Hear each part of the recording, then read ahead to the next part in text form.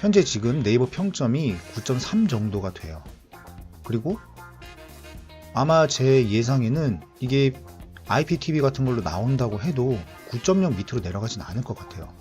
그러니까 굉장히 대한민국에 있는 많은 사람들이 이 영화를 보고서는 재미있다, 흥미진진했다, 좋은 영화다 이렇게 평가를 한 거예요.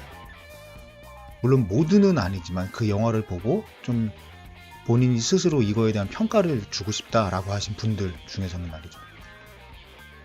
근데 이 영화를 봤는데도 불구하고 재미가 없다고 그러신 분들이 많아요. 의외로 많아요. 왜 그럴까요?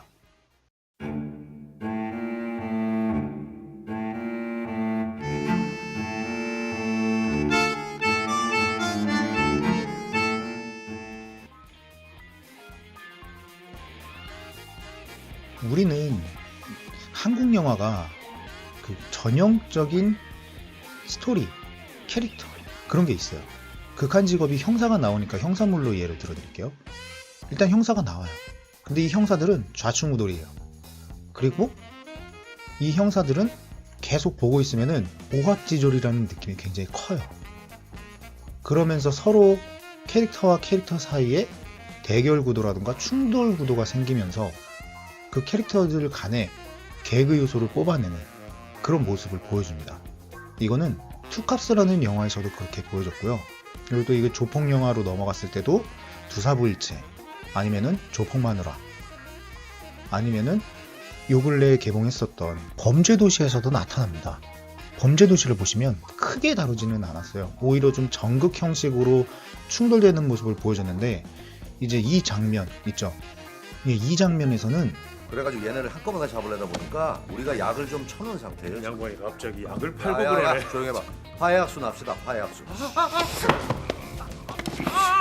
경찰과 경찰 사이의 충돌을 통해서 개그 요소를 뽑아냈었던 그런 걸 보여줬습니다.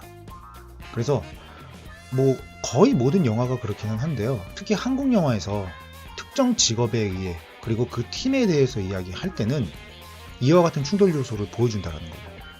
그리고 여기에 더불어서 카르텔이 나와요. 옛날에는 조폭이었어요. 근데 요즘에는 마약으로 넘어갔어요. 근데 그 형태는 똑같습니다. 악이에요. 그리고 굉장히 잔인하고 무자비하고 그리고 거대한 조직을 이끌고 다니고 있고 그 다음에 탑을 찍고 있는 경우가 많이 있습니다. 이거는 베테랑에서도 탑에 있는 뭐 범죄자는 아니었지만 범죄를 저지르고 있는 재벌가 2세의 모습을 보여줌으로써 그 사람이 가지고 있는 권력과 힘, 돈 이런 걸로 경찰을 짓누르는 모습을 보여줬고요. 그리고 극한 직업 역시도 마약 이것을 가지고 있는 가장 높은 곳에 있는 인물을 보여줌으로써 대결 구도를 만들었어요. 여기에 뭐 검사가 나온다 하더라도 그 검사 역시도 권력을 가지고 있기 때문에 상층이라고 볼 수 있습니다.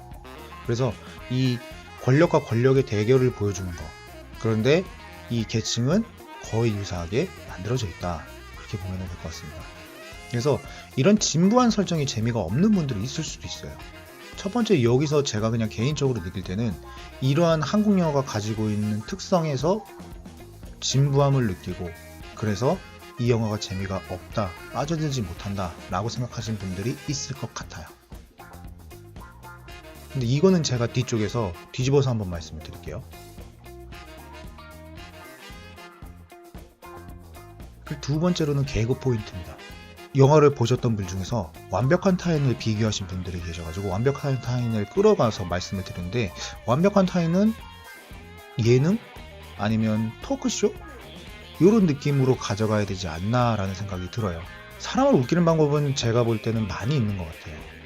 캐릭터가 몸으로 웃기는 방법, 캐릭터가 대사로 웃기는 방법, 캐릭터와 캐릭터의 충돌로 웃기는 방법, 캐릭터의 대사로 웃기는 방법.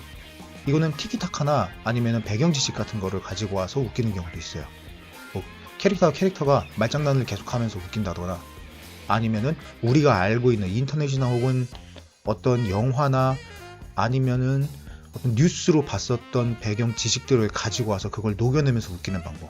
이게 이제 대사로 웃기는 방법 중에 하나라고 보시면 될 것 같고요. 스토리 안에서 상황 반전으로 웃기는 거예요. 거기에 스토리 안에서 상황 연출로 웃기는 방법도 있어요. 그 외에도 많은 웃음거리 만드는 것들이 있는데요. 저는 이 극한 직업이 보여주는 개그 포인트의 가장 중심에 있는 거는 슬랩스틱 그리고 꽁트, 여기서 발생되는 뜬금포라고 봤어요.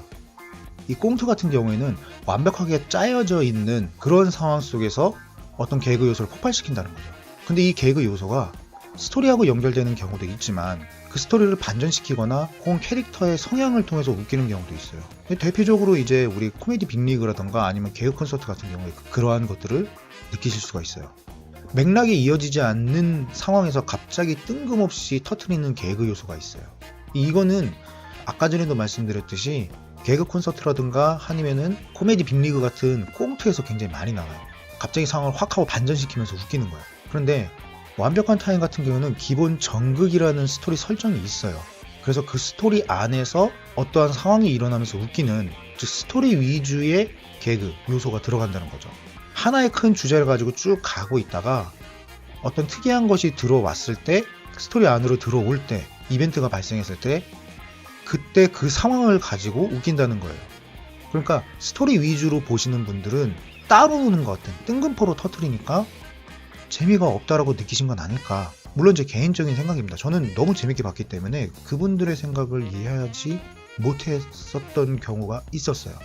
근데 완벽한 타인을 보고서는 재밌었는데 이상하게 왜 극한 직업은 재미가 없었을까라고 얘기하는 분이 계셔서, 그렇게 얘기하는 분이 계셔서 그래서 한번 생각을 해봤더니 혹시 이런 건 아닐까라는 생각이 있었어요. 이렇게 영상을 만들었어요. 대사 혹은 행동 등이 갑자기 튀어나오는 개그 요소, 스토리 중심으로 가지 않는 이야기, 여기에 더불어서 진부한 설정, 그런 것 때문에 혹시 극한 직업을 재미없게 보신 건 아닐까. 그래서 이거에 관련돼서 말씀을 드리는 겁니다. 그러면 극한 직업은 안 좋은 영화인가? 저는 그건 아니라고 봐요. 제가 극한 직업을 계속 보면서 느꼈었던 거는 충무로가 할 수 있는 모든 것을 보여준 영화라고 봤어요.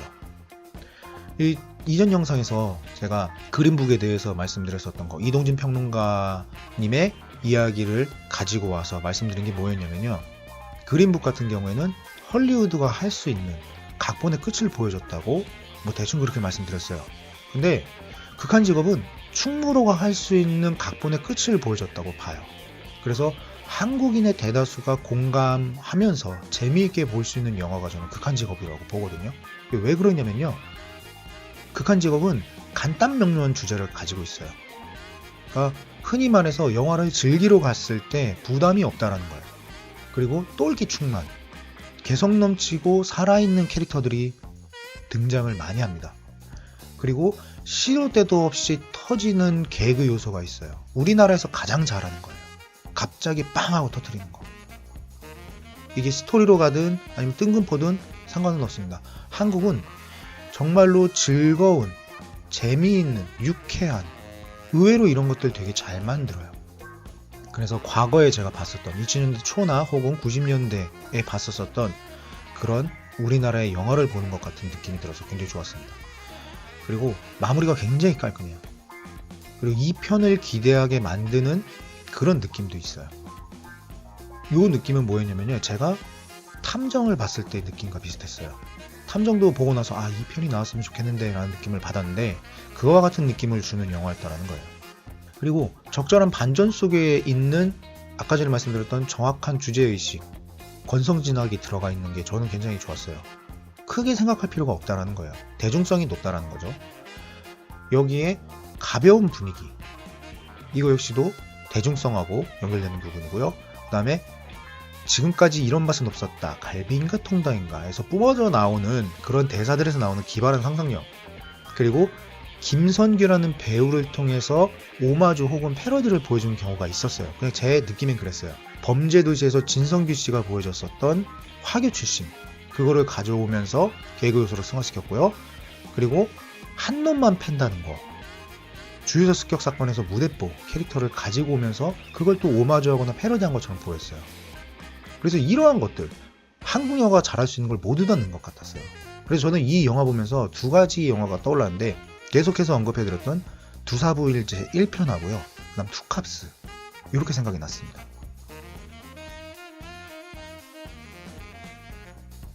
여기에 더불어서 제가 가장 칭찬하고 싶은 거, 신하균 씨하고 오정세 씨는 저는 출연료를 2배 이상으로 줘야 된다고 봐요. 연기가 장난이 아닙니다. 씬 자체를 둘 다 완전히 씹어 먹어버려요. 두 캐릭터가 나오면은 기대를 하게 돼요. 특히 신하균 씨하고 오정세 씨하고 피자집에서 만나는 장면이 있거든요. 와, 거기서는 이게 정극이구나, 이게 저 사람들이 보여줄 수 있는 연기의 힘이구나라는 거를 보여주는 정말 긴장감 넘치는, 정말 계속해서 웃었다가 갑작스럽게 정극이 들어왔을 때 그 정극의 맛을 살리는 영화가 극한직원이라고 말씀을 드리고 싶어요. 그래서 개그 요소에서는 호불호가 있을 수 있지만 영화가 만들어진 완성도, 그 부분에서는 이견 없이 좋은 영화다라고 저는 소개하고 싶습니다. 그러면 리뷰 여기서 마치도록 하고요. 다음번에는 다른 영화로 찾아뵐 건데요. 지금도 개봉하는 영화가 많아서, 그래서 개봉하는 영화들 빨리빨리 보고 빨리빨리 여러분들에게 리뷰 만들어 드리도록 하겠습니다. 긴 영상 봐주셔서 감사합니다. 바이바이.